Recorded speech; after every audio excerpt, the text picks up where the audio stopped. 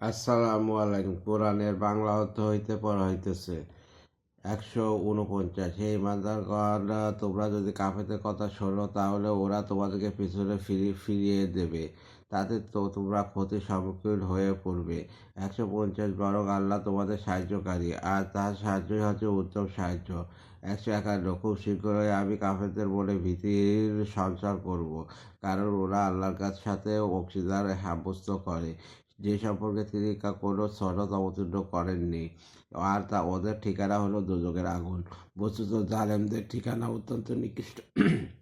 152, আর আল্লাহ তোমার সাথে তার ওয়াদা সত্যে পরিণত করিয়াছেন, যখন তোমরা তার নির্দেশেই ওদের খতম করিয়াছিলে, এমনকি যখন তোমরা ছত্রভঙ্গ হয়ে পড়েছ এবং কর্তব্য স্থির করার ব্যাপারে বিবাদে লিপ্ত হইয়াছ, আর যা তোমরা চাইতে তা দেখার পর বিঘ্নতা প্রদর্শন করেছ, তাতে তোমাদের কারো কাম্য ছিল দুনিয়া আর কারো কাম্য ছিল আখিরাত, অথবা তোমাদের সরিয়ে দিলেন ওদের ওপর থেকে যাতে তোমাদের পরীক্ষা করেন। বস্তুত তিনি তোমাদের ক্ষমা করিয়াছেন আর আল্লাহর মুমিনদের প্রতি অনুগ্রহশীল।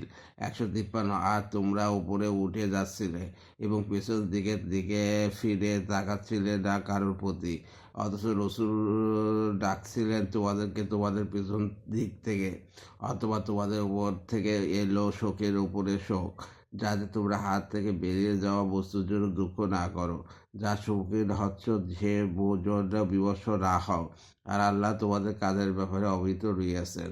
154, অথবা তোমাদের উপর শোকের পর শোক শান্তি অবতীর্ণ করলেন, যা তন্দ্রা। সেই তন্দ্রায় তোমাদের মধ্যে কেউ কেউ ঝিমাচ্ছিল আর কেউ কেউ প্রাণের কথা ভাবছিল। আল্লাহ সম্পর্কে তাদের মিথ্যা ধারণা হচ্ছিল মূর্খদের মতো। তারা বলছিল, আমাদের হাতে কি কিছুই করার নাই? তুমি বলো, আর সব কিছু আল্লাহর হাতে। তারা যা কিছু মনে লুকিয়ে রাখে তোমার নিকট প্রকাশ না করে না সেসবও। তারা বলে, আমাদের হাতে যদি কিছু করার থাকতো তাহলে আমরা এখানে নিহত হতাম না। তুমি বলো, তোমরা যদি নিজেদের ঘরেও থাকতো তবুও তো অবশ্যই বেরিয়ে আসতে নিজেদের অবস্থান থেকে, যাতে বীরদের মৃত্যু লেখে দেওয়া হইয়াছে। তোমাদের মুখে যা রয়েছে তার পরীক্ষা করা ছিল আল্লাহর ইচ্ছা, আর তোমাদের অন্তরে যা কিছু রয়েছে তা পরিষ্কার করা ছিল তার কাম্য। আল্লাহর মনের গোপন বিষয় জানেন। 2, 150, তোমাদের যে দুইটি দল লড়াইয়ের দিনে ঘুরে দাঁড়াচ্ছিল, শয়তান তাদেরকে বিভ্রান্ত করিয়াছিল তাদের পাপের দরুন, আর আল্লাহ তাআলা তাদের মাফ করে দিয়েছেন। নিঃসন্দেহে আল্লাহ তাআলা অধিক ক্ষমাশীল সহিষ্ণু।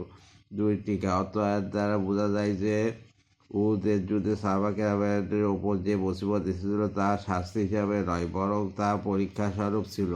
এই পরীক্ষার মাধ্যমে নিঃসাবান মুমিন এবং মুনাফিকদের মাঝে পার্থক্য প্রকাশ করার উদ্দেশ্য ছিল। আর আশাবক গাবার বাক্যের দ্বারা যে শাস্তির কথা বোঝা যায় তা মূলত শাস্তির মতোই ছিল, কিন্তু এই শাস্তি শাসন করে থাকে তাকেও পরিবর্তিত ভাষায় শাস্তি বলেই উল্লেখ করা হয়।